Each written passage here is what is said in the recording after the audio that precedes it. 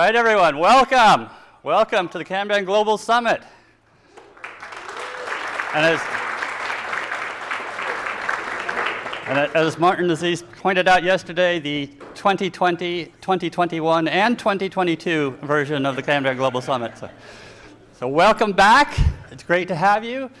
I think we've got a great program, and I think we're all going to have a lot of fun. We already started having lots of conversations already, and this week is that to have conversations which start here and continue on beyond that. So welcome here. Just a few logistics. For those, the restrooms are straight out the doors here. Are there other restrooms that we should? Okay, very good. Breakfast, as you found, was over here. Lunch will also be in the same place. When we go on to the KLR, the breakfast and lunch will be at the Santiago's. So we'll keep you updated on how that is for those of you who will be attending KLR. You'll notice that some people have white lanyards, some people have orange lanyards. Those people with the white lanyards are the accredited Kanban trainers and the accredited Kanban consultants. They're always open to question. So if you have any questions that you'd really like to know from some of the people that are leading us in the Kanban space, the trainers and the consultants, they're always open. Ask them anytime for any questions you might have about any Kanban questions you might have. Also, we have a number of Kanban University fellows here in the audience, so I would like to have those fellows stand up.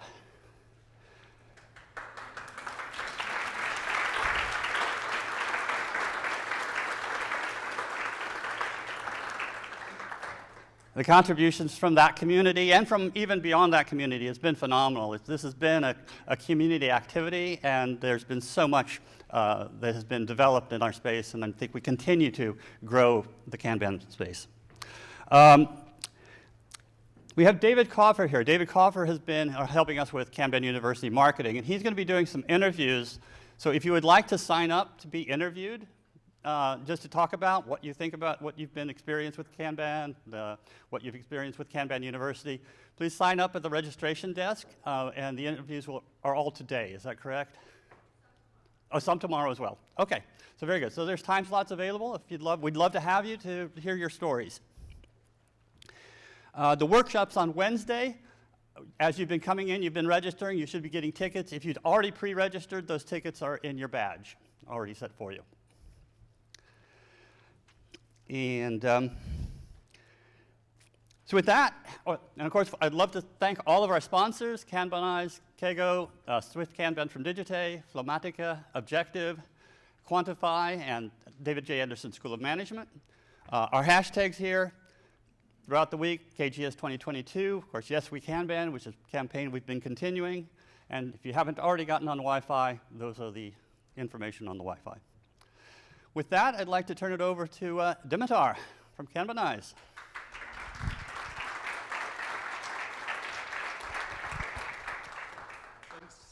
Thanks, Todd.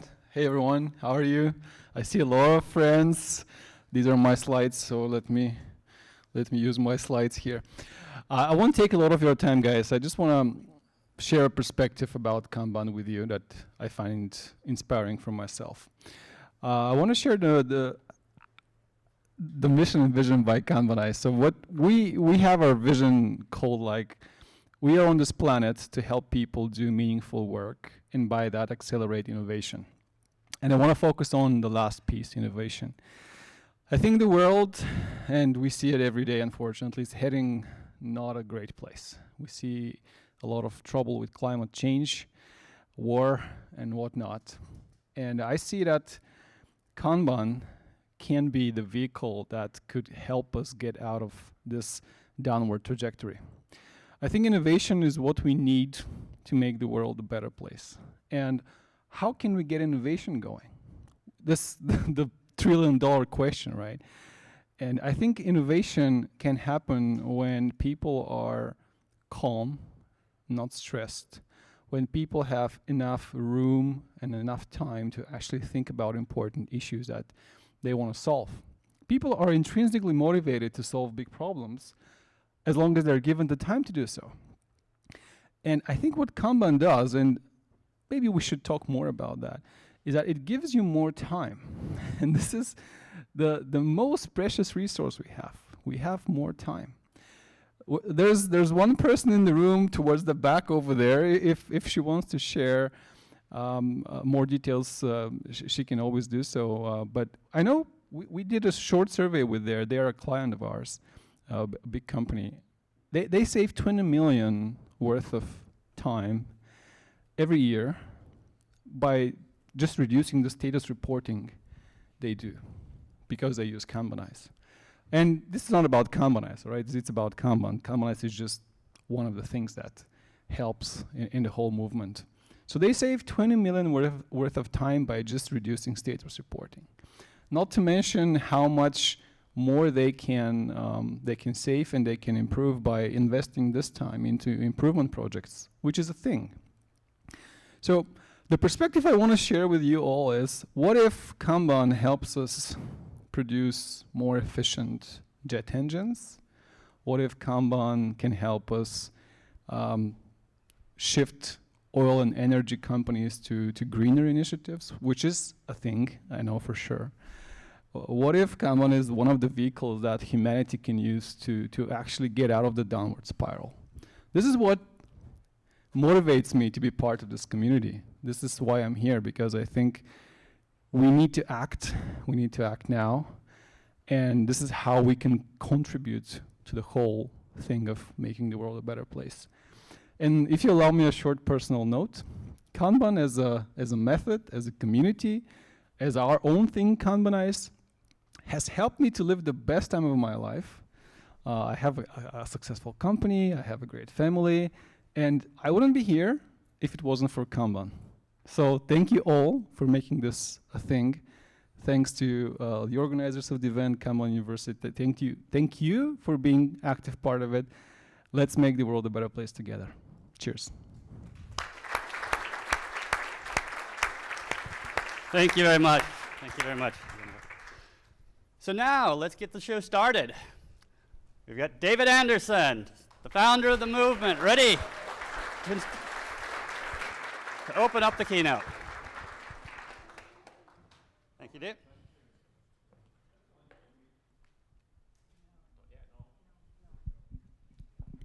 To have some AV. All right. Thanks to Dimitar for that very inspiring set of remarks. Thank you very much. We first met Kanbanize in 2015, and I'll talk about it in a few minutes. Rather sadly, I have to announce that Barry Baim passed away on Saturday. Some of you will have known Barry. Many of you will know his work. You'll know he was professor of software engineering and systems engineering at USC. And he was a keynote at our conference in 2015, which was the first year that Kanbanize were sponsors of the event. Barry was famous for quite a very significant contribution to the world of software engineering. Perhaps he's most famous for his cost of change curve research from 1977 that went on to drive a lot of the methodology stuff in the 80s, which wasn't necessarily going in the direction that he intended. His seminal work's really Software Engineering Economics from 1981, a book which used scientific data and evidence to demonstrate that the most significant leverage on improving productivity in software development isn't to give the programmers new languages or new tools, it is to improve the quality of management decision making. Barry dedicated his career to that goal, improving the quality of management decision making in the software and systems engineering profession. And he's also known for the spiral model, and then more recently the incremental commitment model. His keynote speech from 2015 was on that topic, And the team will be reposting the video after my keynote today. We'll be posting that on social media as our tribute to Barry. Barry had a profound effect on my personal career and life. And I grew up professionally, educationally as a software engineer. So I knew Barry Boehm's name, and I knew some of his work. I knew about spiral model. I knew the research he'd done on cost of change and these type of things.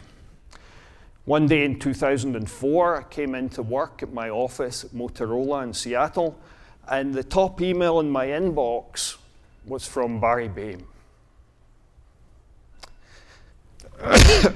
Excuse me. So Barry explained that my publisher had sent him a copy of the Agile Management book. And he had read the book, and he was hugely impressed. And he wanted to invite me to come to USC in Los Angeles and present at his research review in front of his PhD candidates, the postdoctoral researchers, and many of the sponsors of the program at USC. The great and the good of big software and systems engineering, and many of the companies that you have heard of, the Northrop Grummans and Boeing, Microsoft, and so forth. And when I did that presentation, that was in March of 2004, it was the first time I presented a cumulative flow diagram from the project I was running at that time. And 1 month earlier, the cumulative flow diagram was doing the wrong thing. And that was the day where I showed up at the daily meeting, and I told the team they had to stop starting and start finishing. And at USC, that was the first time that I used that phrase publicly in front of an audience. Philip Cruchten, who used to be at Rational, was in the audience that day. He immediately contacted a friend of his called Sam Guckenheimer at Microsoft and said, "You have to hire this guy." So I got a phone call. "Hello, this is Sam from Microsoft. I want to offer you a job." And had it not been for that, I wouldn't have met Dragos. And had it not been for that, we wouldn't have Kanban. Barry had a very profound effect on my career.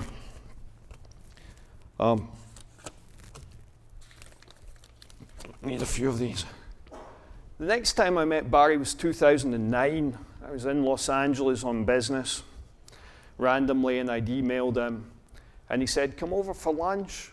So I went over to USC for lunch, and I went to his office first, and he showed me a copy of his new book his publisher had just released, The Life Work of Barry Boehm, and he was still alive to be handing those signed copies out to friends like me. We walked over to have lunch in one of the cafeterias, and we're sitting having lunch, and he looks at his watch and he says, "You know, I have a 2 p.m. lecture with my master's students. Would you give it for me?" And I looked at him and I said, "What do you want me to talk about, Barry?" He said, "Oh, it doesn't really matter. Whatever you've got to say is going to be more interesting than what I'm going to talk to them about today." So I said, "Okay." So we went to the lecture, and Barry went to the front, and he put up a slide that said, "Today's lecture materials can be found at this URL. Just take a note of it, read it in your own time, and instead we'll have a guest lecture from David Anderson." That was the first time that I talked to an audience about the idea of how you solve the problem of the product owner, the single ringable neck organizational design, and that we want to elevate that person out of the value stream and reconfigure them as a service request manager who facilitates the process. And that's going to meet with resistance. And how do you get over that resistance? You have to coach using values, and you have to persuade the individual that getting out of being that single throat to choke, the single ringable neck, the Uber prioritizer, that's what we value more. Being the facilitator, the owner of the policies, being the service request manager, we value that more. That was the first time I presented that anywhere in public, and that was master's students at USC, courtesy of Barry.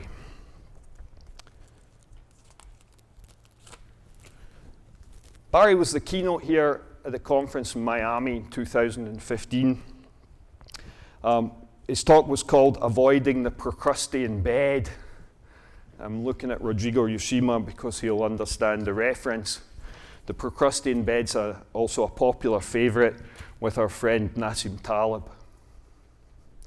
And I think it was Rodrigo who was the first one to make the observation that perhaps Scrum is the Procrustean bed of software development.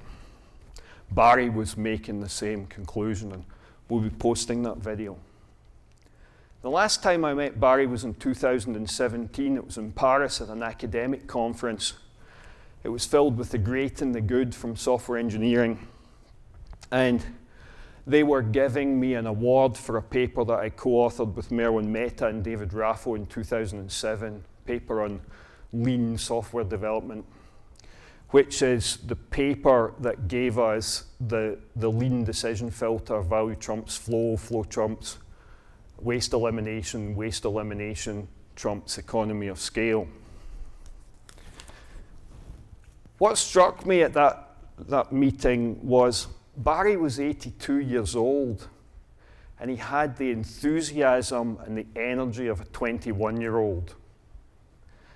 And it's incredibly inspiring to me that here he was in his 80s, and he was still working, and he wasn't going to stop.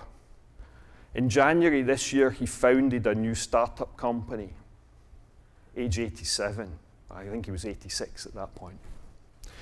So Barry's legacy is he spent his career trying to make software engineering a profession and to persuade the world that you improve software engineering and software development by improving the quality of the managers. And he'd been pushing that message for more than the last 40 years, at least the last 45 years. And what I feel Barry saw in me was a younger generation of person who could pick up his torch and carry it. So Dimitar made some very inspiring remarks, and I'm going to add another one. I feel that our role is to pick up Barry's torch and carry it. And that in this century, we are going to solve this problem of how to create efficient knowledge workers by improving the quality of the managers. And that's what we're doing here. So with that, thank you, and my condolences to anyone who knew Barry and his family. He will be greatly missed. All right, who's old enough to remember the screenshot here? Who can tell me what this is? It's Populous. Now, for a games developer like me, my personal opinion is this was the beginning of the end of the games industry. The first commercial computer game written in the C language or any other high-level language that was commercially successful. And why was it the beginning of the end? Because everything written in high-level languages ever since has been full of bugs. Back in the days when we handcrafted this stuff in assembly language, it was bug-free. High-level languages allowed the programmers to be lazy. The quality, from Populous onwards, the quality in computer games fell off a cliff. But why is it important here? Well, we're talking about how to scale. And Populous was a game about scaling. So those of you who played it back in the day already know how to scale. Now, apart from that, you want to know how to scale something, ask an entrepreneur. Ask someone who's put their own capital at risk, invested their life, energy, time, savings, sacrificed their family and personal life in building a business. And if they've been even a little successful at it, they know how to scale. Or the alternative title is What I Learned from Watching Too Much HGTV. HGTV is a Scripps network channel, and Scripps is a local company here in San Diego. Now, over the last couple of years, too much real life has been happening to me and my family, and as a consequence, to deal with the stress and the mental health challenges, I was watching too much HGTV. I also bought an old farmhouse about 20 miles outside of Bilbao, and it needs a lot of remodeling. So I had a legitimate reason for watching too much HGTV. All right, this is Tarek El Moussa. He has a show on HGTV. In fact, at one point he had 2 shows, so transitioning from the old one to the new one. He's a property investor from Orange County, California, a little bit north of here. And his more recent show is called Flipping 101, and he teaches novice property investors how to go about buying a property and fixing it up and reselling it. And one of his big pieces of advice is you want to scale your property investment business, you've got to stop making mistakes. Quality problems and rework undermine trust in what you're selling, trust in your brand, trust in you personally. Fixing mistakes and quality problems costs you a lot of time, and while you're doing that, you can't be running your business and growing it. Avoidable wasted time carries an opportunity cost. You're not growing your business, you're not making your capital work for you. Poor quality and mistakes mean you're unpredictable, and customers do not like unpredictability. And if you've borrowed the money, your bank doesn't like the unpredictability either. Lack of predictability leads to poor economic performance. Your profits go down. Maybe they're called losses. So hire or develop your own competent people who can work unsupervised. That's his first big piece of advice. Focus on quality first and first time right. Stop making mistakes. Second piece of advice, and I'm paraphrasing this a little bit, is you have to work yourself out of a job. If you're in the house tiling the bathroom, you can't be out finding the next deal to invest the money you're going to make from selling the house you're currently flipping. All right, so how do you work yourself out of a job? You have to delegate, hire or develop competent people who can work unsupervised. We just heard that. Build trust, hire or develop competent people who can work unsupervised. We just heard that and that already. Focus on quality and first time right. We've heard that already. Number 3, empower people without losing control. Because you do actually need to look after the money you've got invested and make sure that you're still making a profit, or you're going to be out of business. And that's not going to help you scale. Define explicit boundaries of authority and decision making so that people on the site know what decisions they can make on their own, and not have to call Tarek as the investor to come and make the decision for them.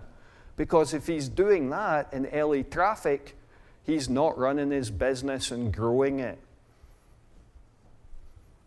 Put feedback loops in place, use metrics, and hold people accountable, because he doesn't want a phone call from the homeowner afterwards. Think in systems, define repeatable processes, workflows, make policies explicit, define boundaries of authority and responsibility. The themes keep coming up again and again here. This is not rocket science. Create feedback loops with checks and balances, because you've got your own money at risk. This is Erin Napier. She along with her husband, Ben Napier, who's an ethnically Scottish gentleman with a big red beard. They have a show based out of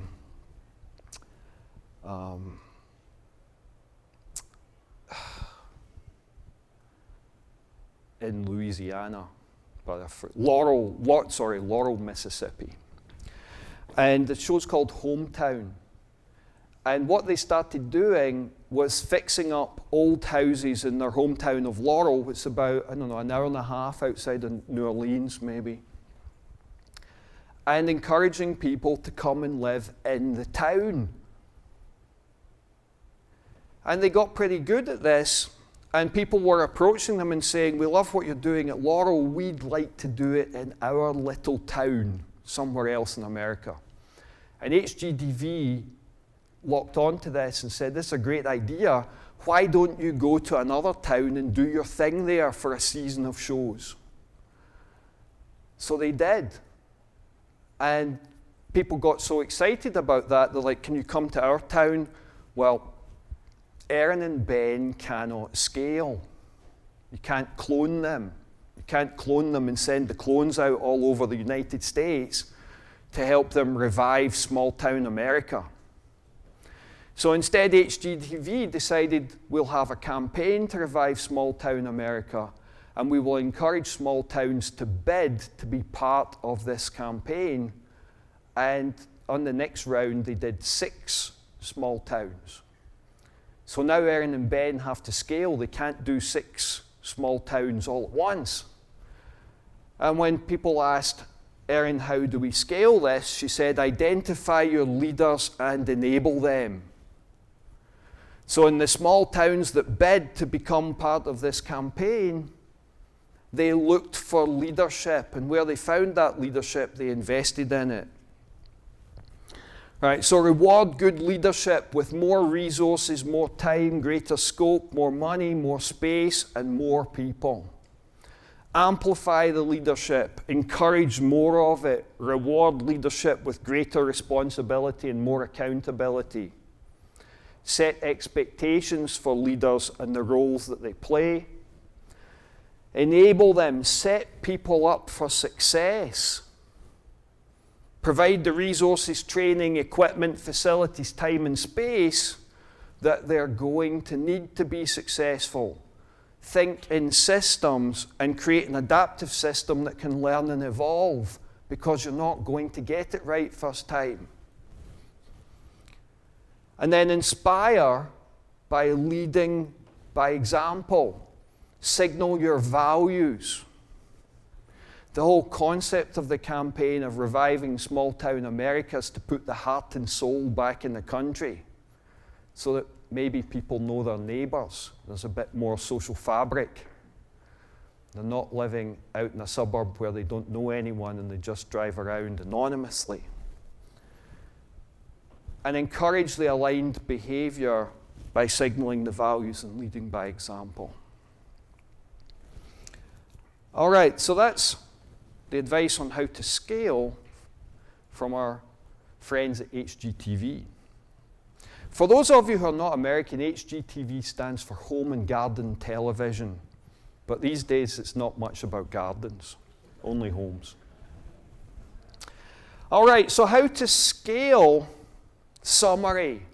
You have to stop making mistakes, work yourself out of a job, and identify your leaders and enable them. And if you can do those things, you can scale anything. Right.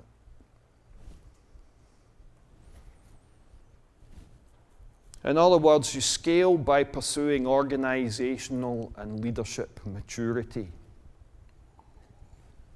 And those of you who remember playing Populous will recognize that as you scale, society matured. Right? It was like the Enlightenment built into a game. So, that's all very well. But what many of you are here, and we know this from the research we get, the feedback we get from people who take training classes. One of the most commonly asked questions is, how do we scale this? And if we're going to figure out how to scale agility, the first thing is we have to ask, what is agility?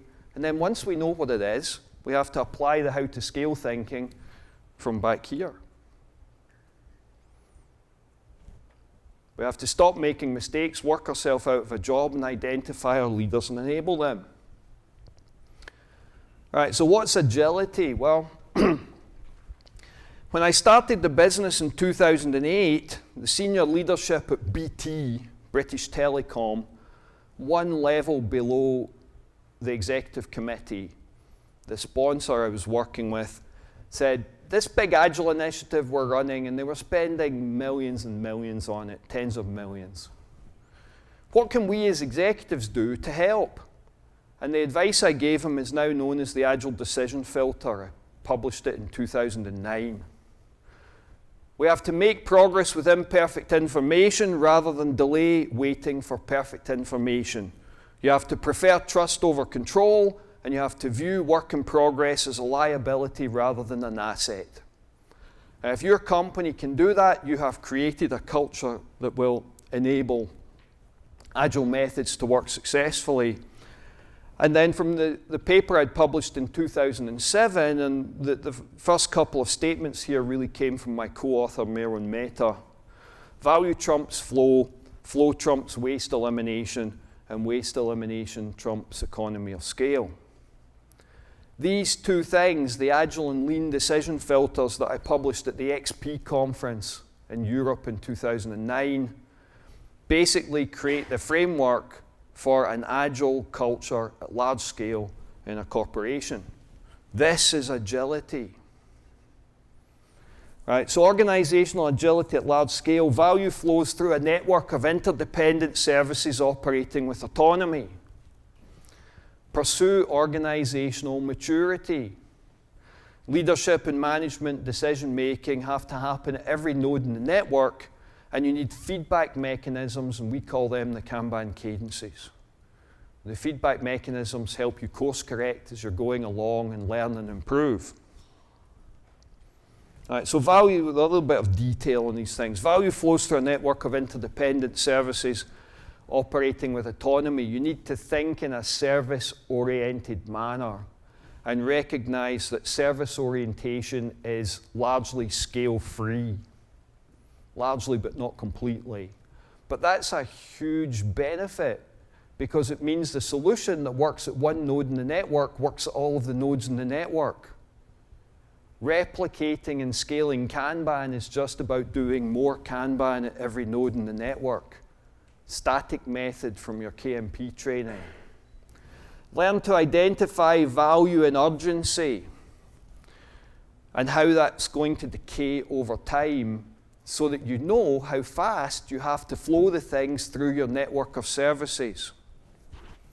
Recognize that that network has a capacity, and therefore you have to develop a triage discipline to be able to separate things into what we do now, what's going to wait until later, and if so, when, and what are we not going to do at all because we're never going to have capacity for it. Understand commitment and your capability to deliver. Keep those things in balance. Right, pursue organizational maturity, build trust, build capability, enable quality. You see how this is fulfilling the Tariq El-Moussa demands. Create predictability, manage risk and enable anticipation, create a culture that values agility. A culture that values those things like making progress with imperfect information. Leadership and decision making at every node in the network. We have to empower each node to act autonomously.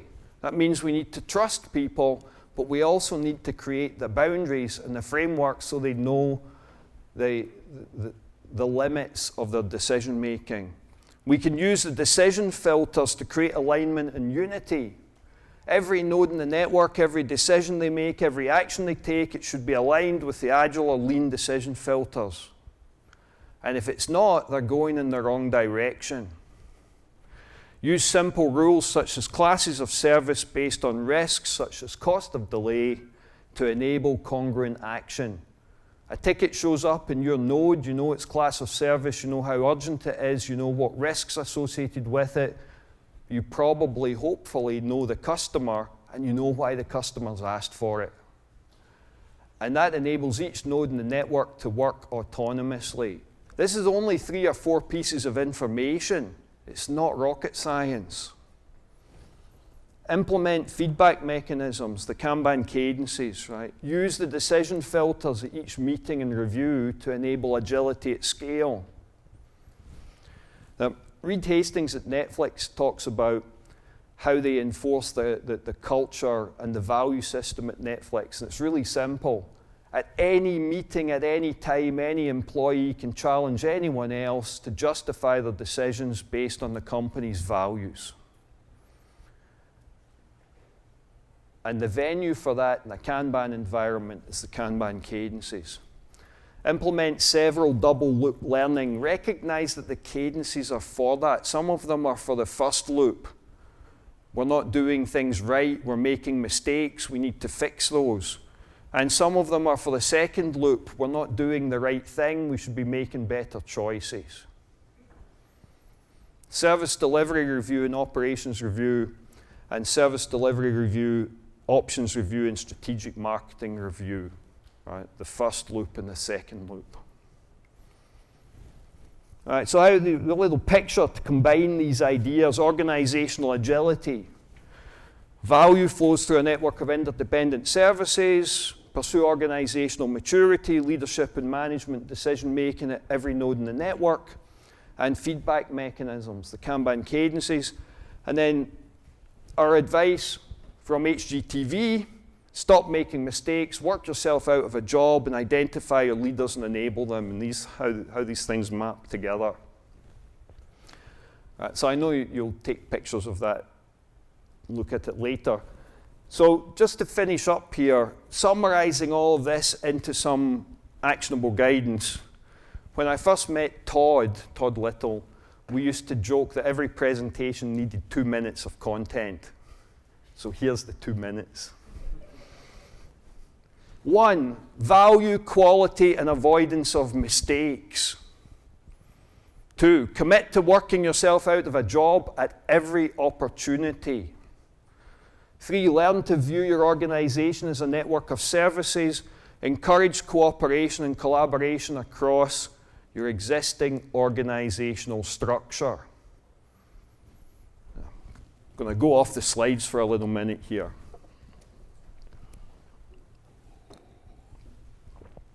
When I'm teaching the KCP class recently, one of the things that we teach is the nascent appraisal method for KMM, which we'll be publishing probably next year. It's in a sort of beta trial phase. And something that you have to be able to do is appraise the culture of an organization. So how do you appraise whether cooperation and collaboration is happening? By essentially visual inspection. How would you do that? Well, my solution to that is called the big barn theory. Now, many of you are Americans here, and some of you probably live in relatively rural areas. How does a big barn get constructed in rural America?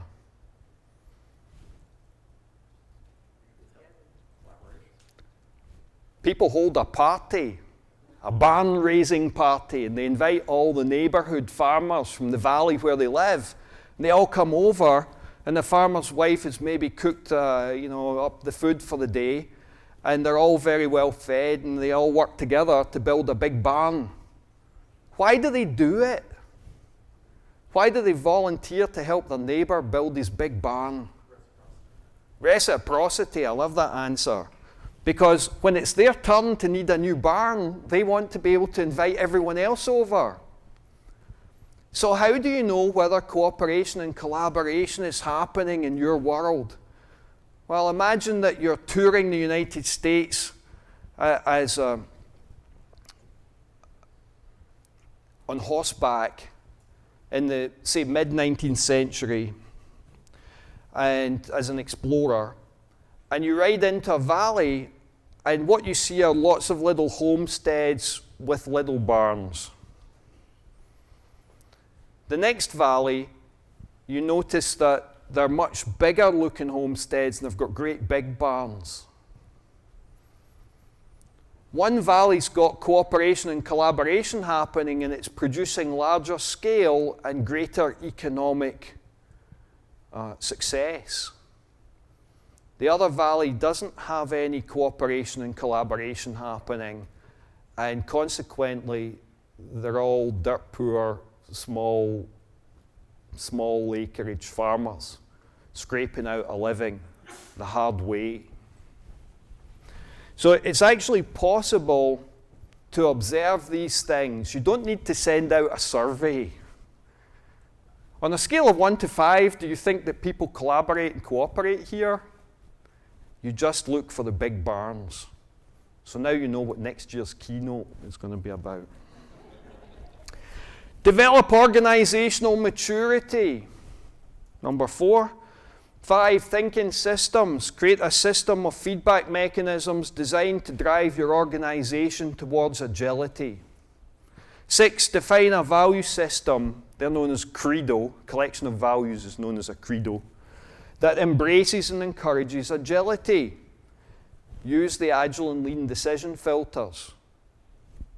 It's also available in a book and on KMM Plus. You don't have to invent this stuff for yourself.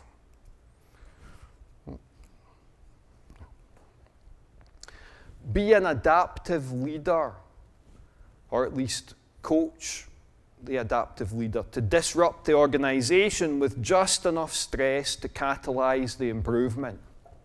When people are too comfortable, they're not really interested in improving. So you need to make them uncomfortable. But if you make them too uncomfortable, they're all going to quit. So there's a subtle balance there. Disruptive leadership. Identify the nascent leaders in the organization, enable and grow that talent. What do you think Barry Bain was doing in 2004 when he was sending me an email? Encourage acts of leadership at all levels, at every node in your network of services. And those are the 9 points for large-scale organizational agility. No need for any frameworks. And with that, thank you very much, and maybe we have time. We do have time for some questions. Remarkable.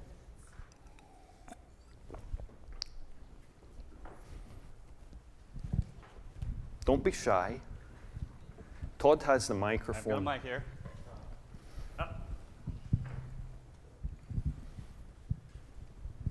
How do you differentiate a big barn from a big silo?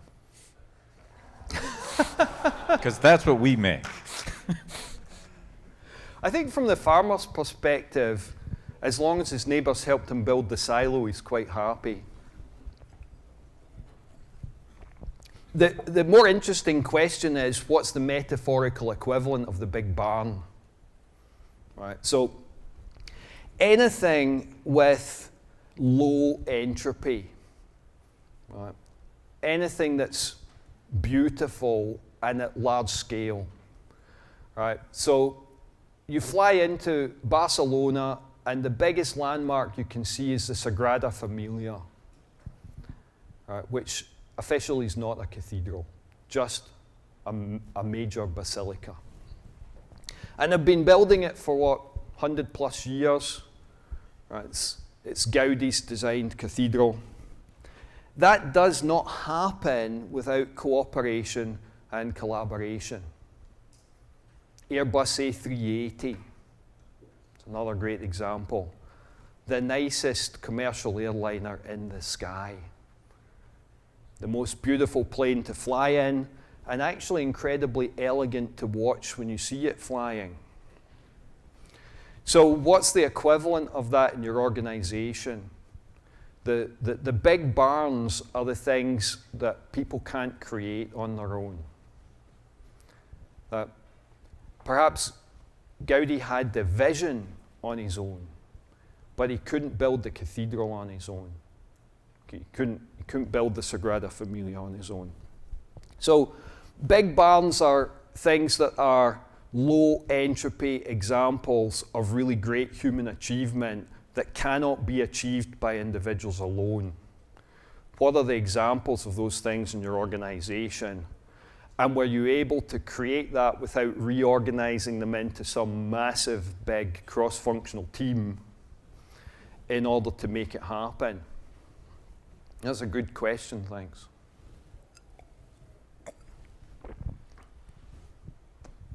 Hey, David, you talked about Netflix culture where people feel comfortable, raising, if the decision we're making is in alignment to the company policies. It's fantastic to have that policies in a companies, but how do you create that culture? Or what do you think that creates that culture that allows people to feel comfortable actually raising it? That leadership has to come from the top. And I don't think that's particularly unique to Netflix.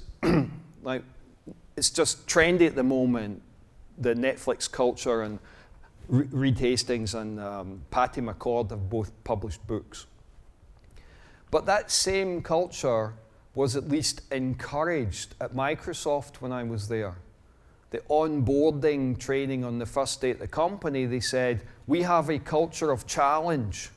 You should expect your decisions to be challenged and you should be ready to justify them. What they didn't have particularly well done was the explicit credo. And that was the Steve Ballmer era, so it wasn't the Satya Nadella era, where perhaps the value system is quite different. But without it coming from the top, without leading by example from the top, it's not going to work very well.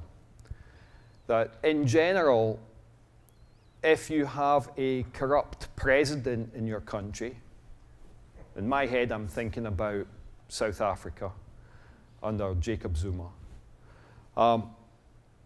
then what that does is it signals to everyone else in the country it's okay to be corrupt. And the legacy of 9 years of Jacob Zuma's presidency is it might take 25 years, if they are lucky, to weed out all the corruption in a country where 2 terms as a president is the limit, and that takes you to 10 years. So Cyril Ramaphosa only gets 10 years with a 25-year problem to fix. That means they need 2 more Cyril Ramaphosas. Cyril Ramaphosa is the architect of the Constitution of South Africa. He's a prodigy of Nelson Mandela. They need to find 2 more of him if they're going to undo the mess that Jacob Zuma left behind. So the culture has to come from the top. If you've got a rotten head, the rest of the body's going to rot.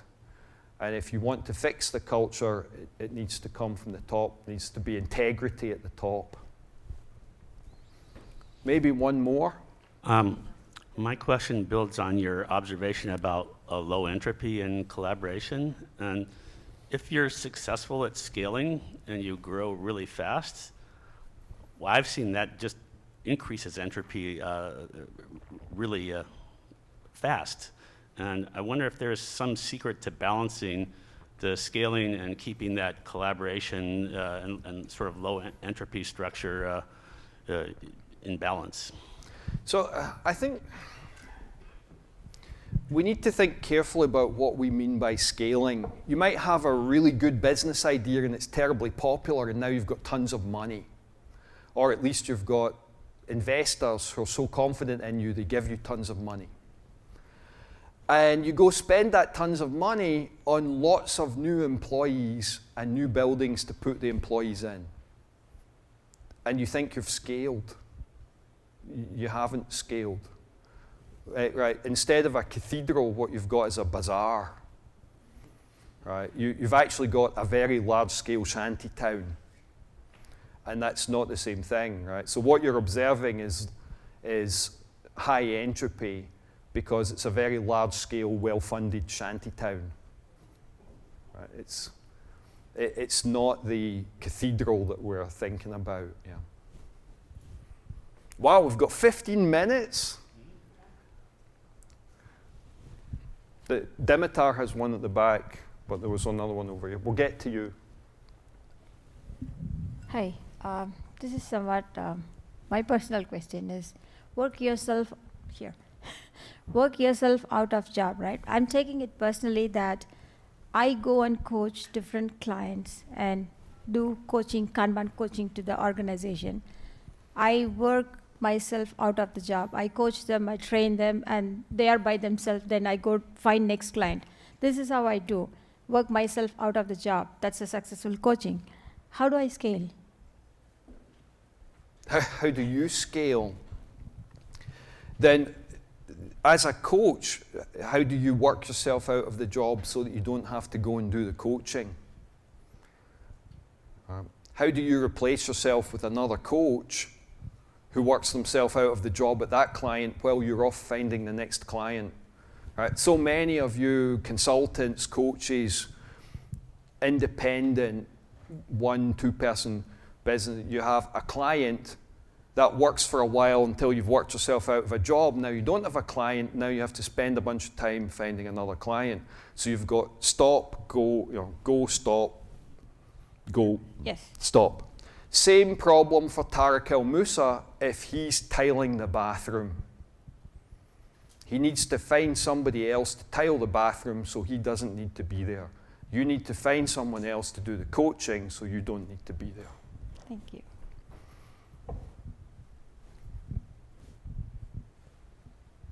This must have been the smallest, shortest keynote I've ever done.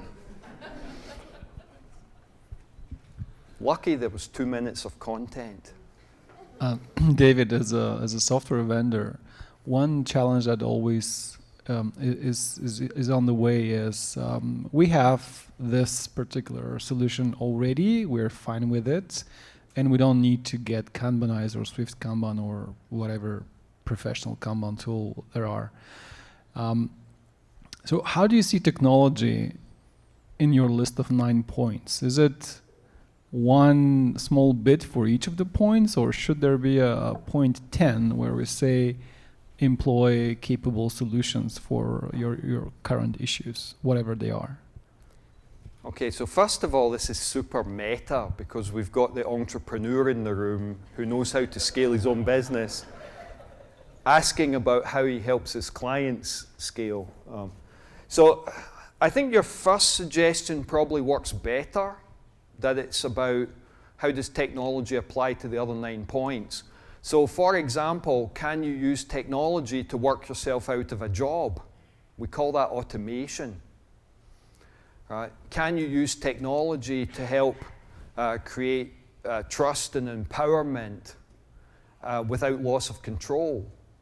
Yes, if you've got the right technology. Right? It gives you some transparency and visibility. It helps you create and enforce rules. And therefore, people know the boundaries of their empowerment and decision making, and perhaps the tool stops them or at least questions them with, you realize that you don't have the pay grade to make this decision, get someone else to log in and provide the override on it. That kind of stuff happens in banks all the time. So I think you probably can apply it. Don't really want to do it right here on the stage. To all 9 points, can we come up with a solution? I don't think it's a 10th point. But many of those 9 points, you can enhance them with the technology. That's my gut answer on it. The best I can do while I'm standing here.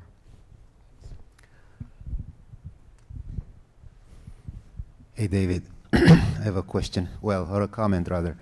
I'm really happy to see the comments about working yourself out of a job. And if you remember, this goes back, it was one of my favorite things to say at some point. When I left Microsoft, I believe it was Michelle, was a colleague from Microsoft who took over the role managing the XIT, Sustain Engineering team. And she called me a couple of weeks later, and she said, this is a boring job. Like, how are you able to do it? And I said, why is it boring? He said, there's nothing I need to do. I said, exactly.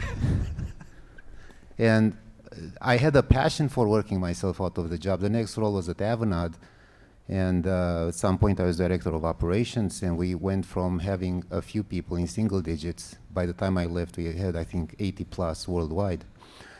And I don't even, when I gave notice, they said, hold on a second. What happened? Like, you're doing mergers and acquisitions, you're doing this, you're doing that. So I think they ended up hiring one person to take the director role, and then they hired 2 more people, right? So from a scaling perspective, working yourself out of the job can cause that, but I would still prefer it that way. And my boss is here in the room, and already I mentioned to him that, yeah, my passion is to work myself out of the job, so what are we gonna do in 2 years from now? You know, we have to find something else. So there are a number of things that are important here, some of which are unsaid so far today. The work yourself out of a job thing works really good when you have a boss like yours, Dale Christian.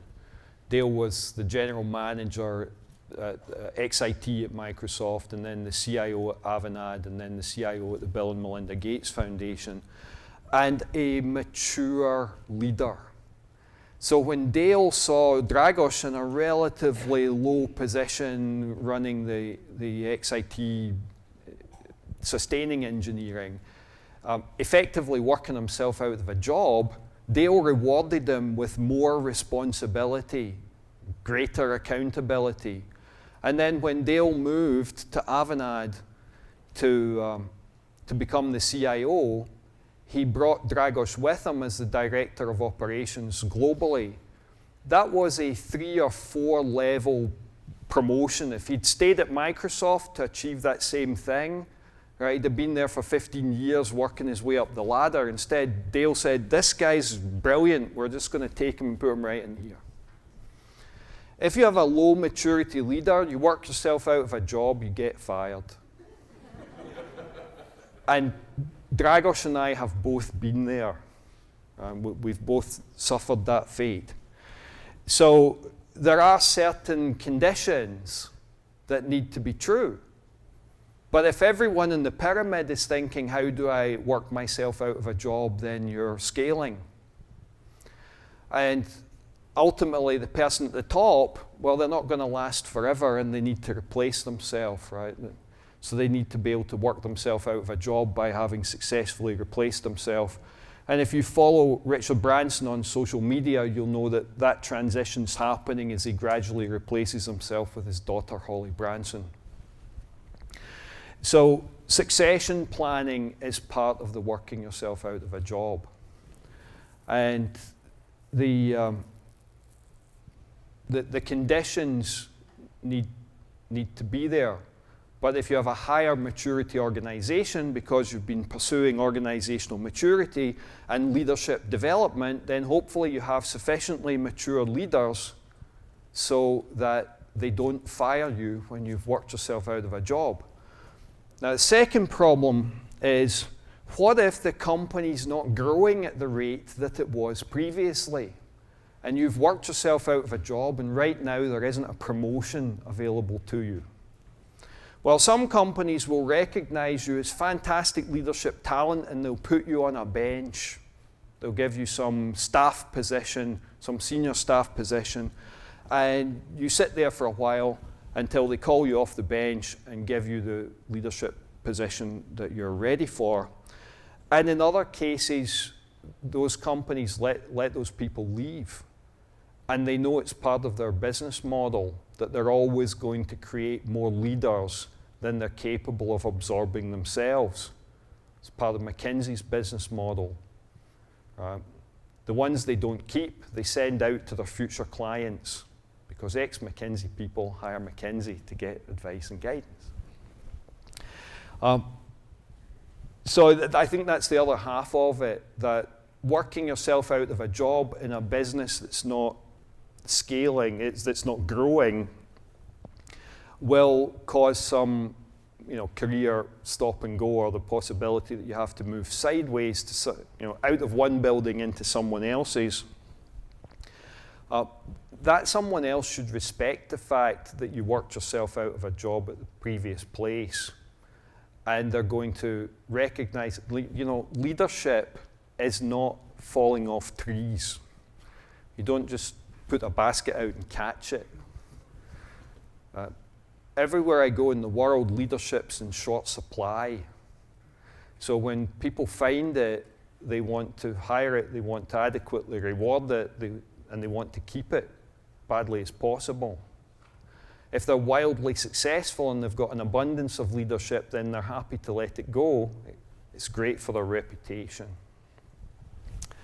All right, maybe just one more, and then we can give you an extra 5 minutes coffee break. Are we on? So There's one, maybe just two. There's 2 questions, right? So we'll do 2, and then that's it. sure. So as we're scaling, I mean, we're hoping that good leadership decisions and behaviors are going to propagate within a network. But similarly, too, you can get non-entropy of a bad idea that's starting to take traction, especially if it's a very attractive idea.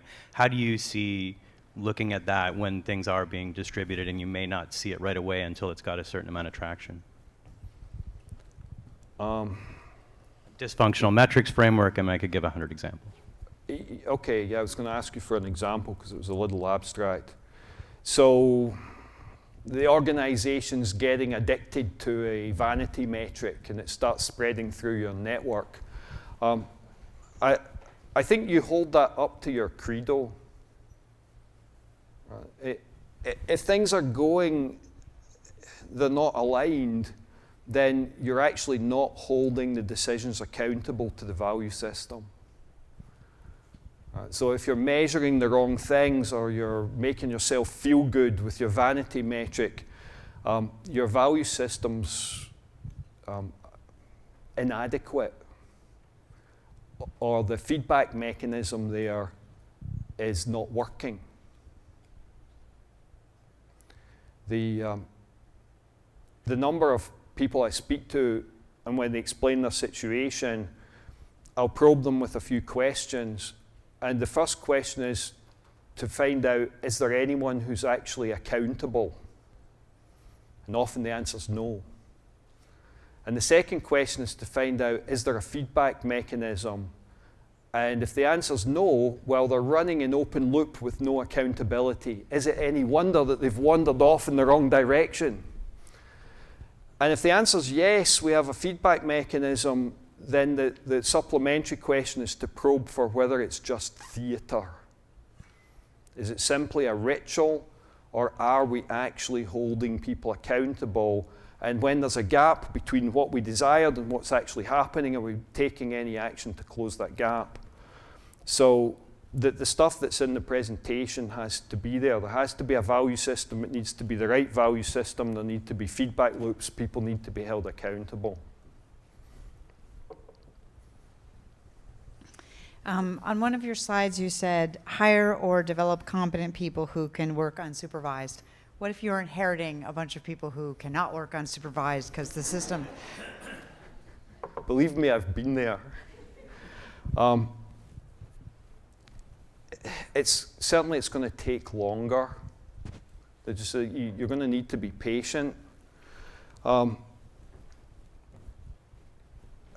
I don't think that the situation changes. You look for the nascent leadership amongst this group that on the surface appear to be not capable of working unsupervised. And honestly, in the IT software industry, there's a lot of that. There are. Until people can produce really good quality, they really ought to be supervised. There needs to be some feedback mechanism. In the old days of craft guilds, the concept of a journeyman is someone who can work unsupervised. So what you're actually saying to me is you've inherited a group of apprentices, right? So if you have an apprentice, how do you turn an apprentice into a journeyman? Generic question, how do you turn an apprentice into a journeyman? You put the apprentice under the tutelage of a master craftsman, right? And you can't be a master until you have an apprentice in your, under your tutelage. Until you're teaching apprentices and growing them into journeymen, you're not a master of anything. To be a master of your craft, you have to be able to teach it. So if you've got a group of apprentices, you need a master, and then you need to pair them up. Or maybe it needs to be Arlo Belsh's old idea of promiscuous pairing, so that you can time slice many of them, time with the master to help them mature into the journeyman that you actually need. And if you've not got support for that, then maybe it's not the right organization with the right leadership. All right. That's a great question, thanks. Thank you very much, David, for an inspiring keynote. Thank you.